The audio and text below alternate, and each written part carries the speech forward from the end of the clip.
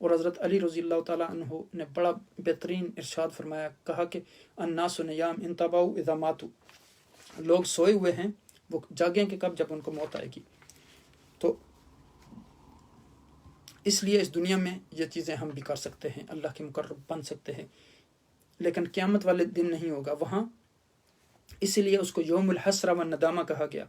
اس لیے آقا دعا نبی اکرم صلی اللہ علیہ وسلم نے سستی اور کسل سے پناہ مانگی۔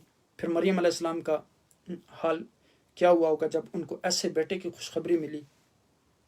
بیٹے کی خوشخبری تو ہر ایک کو اچھی لگتی ہے، لیکن اتنی صفات اور پھر مزید صفات کے یکلم الناس فی المہد وکہلا، اور وہ کلام کرے گا لوگوں سے پنگوڑے میں، یعنی بالکل بچپن میں، وکہلن اور بڑی عمر میں۔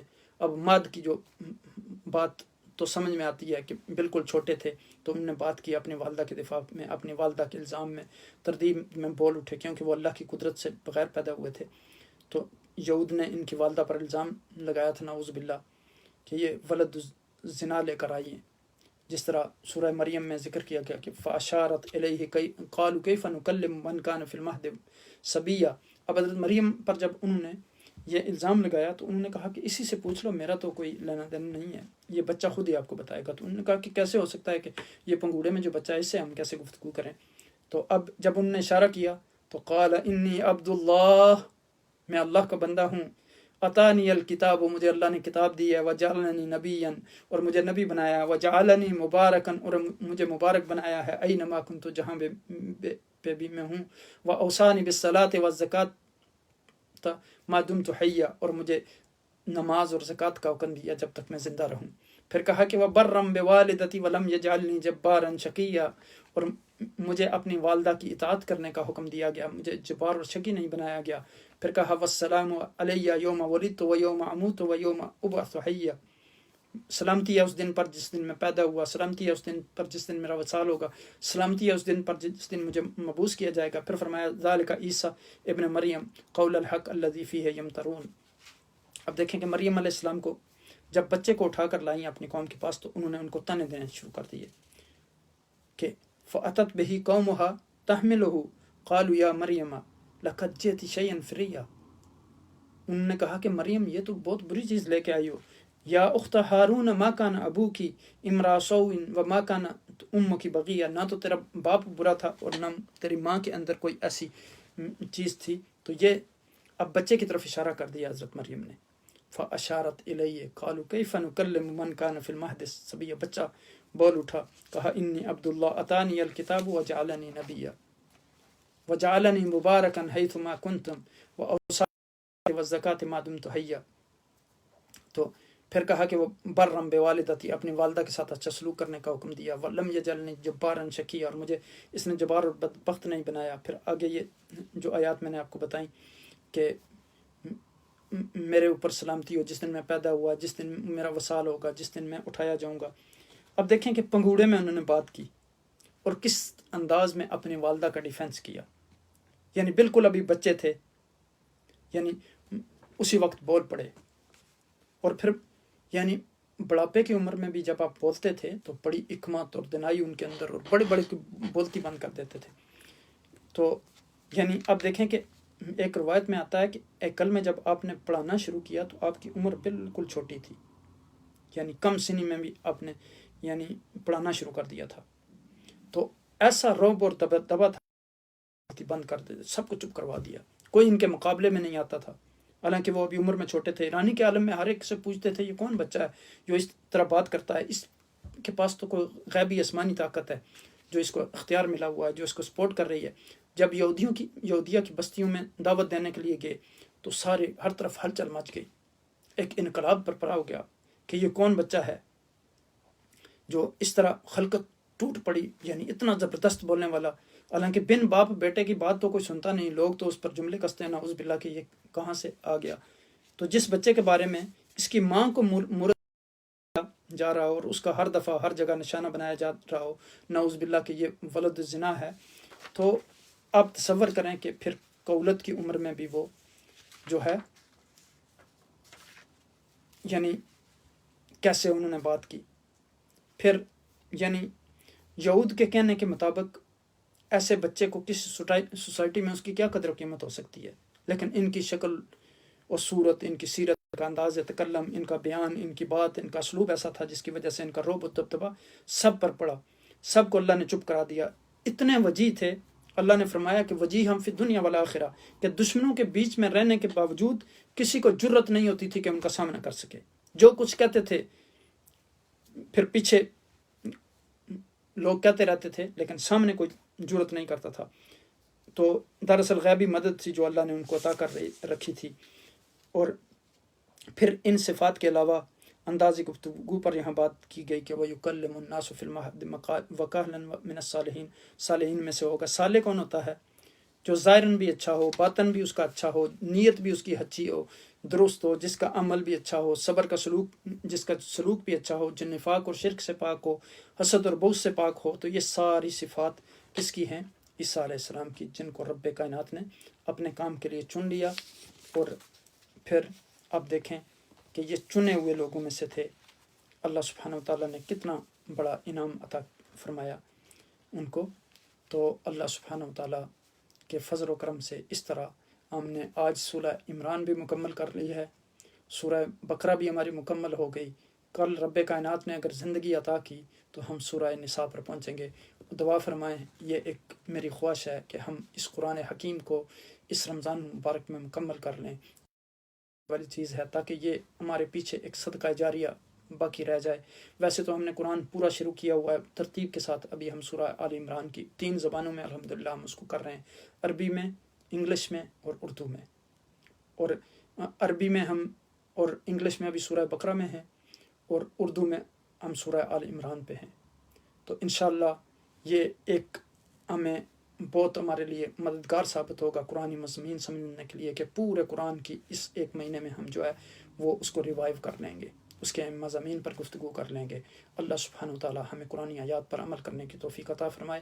اور میں تمام حضرات جو ہمارے ساتھ موجود تھے ان کے لیے دعا گو ہوں، اللہ سبحانہ وتعالی ان کو اپنے حفظ و امان میں رکھے. ہمارے ساتھ عالم اسلامی کے بہت بڑے اسکالر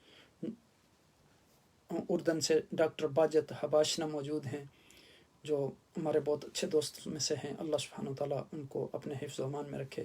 اہلاً و سہلاً و مرحباً فضیلت شیخ. اور اسی طرح اور بھی اردن سے کافی دوست ہیں. میرے کزن پاکستان سے ہمارے ساتھ ہیں، عمران صاحب، اور شیخ لکمانوی صاحب ہیں ماشاءاللہ. اللہ سبحانہ وتعالی ان کو بھی برکتوں سے نوازے، وہ بھی ایک اسکالر ہیں. اور بہت سارے لوگ اسی طرح برسٹر ریاست صاحب تھے ہمارے ساتھ، اور بھی کافی دوست تھے اردن سے، پاکستان سے، کشمیر سے، ترکی سے، اور مغرب سے، تیونس سے. اگرچہ وہ لوگ بعض عربی نہیں سمجھتے، اس لیے میری کوشش ہوتی ہے کہ آیات کے ذریعے، احادیث کے ذریعے کچھ ان کو بھی ساتھ اپنے انوالو کر سکیں. اللہ سبحانہ وتعالی ہمیں ان آیات مبارکہ پر عمل کرنے کی توفیق عطا فرمائے. آخر میں آپ کو یہ بتانا چاہتا ہوں کہ جو لوگ پرماننٹ ہمارے ساتھ رہیں گے پورا قرآن کے ختم کرنے تک، اور مجھے وہ ان سارے لیسنز کی سمری بھیجیں گے، ہم ان کو academy of international Sufi scholars کی طرف سے ایک باقاعدہ سند دیں گے اس دورہ قرآن کے مکمل کرنے پر. اللہ سبحانہ وتعالیٰ آپ کا حامی و ناصر ہو. پلیز اس ویڈیو کو دوسرے لوگوں کے ساتھ شیئر کریں تاکہ قرآن کا یہ پیغام ہر انسان تک پہنچ سکے. جس طرح کہ عقائد و جہاں نبی اکرم صلی اللہ علیہ وسلم نے ہمیں حکم دیا، بلغوا انی ولو آیا، تم میری ایک آیت ہی چاہے نہ ہو وہ دوسرے لوگوں تک پہنچاؤ، ایک جملہ ہی ہو وہ دوسرے لوگوں تک پہنچاؤ. اللہ سبحانہ وتعالی ہمیں قرآن کا فہم سلیم عطا فرمائے. جزاکم اللہ خیر و بارک اللہ فیکم. السلام علیکم ورحمۃ اللہ وبرکاتہ.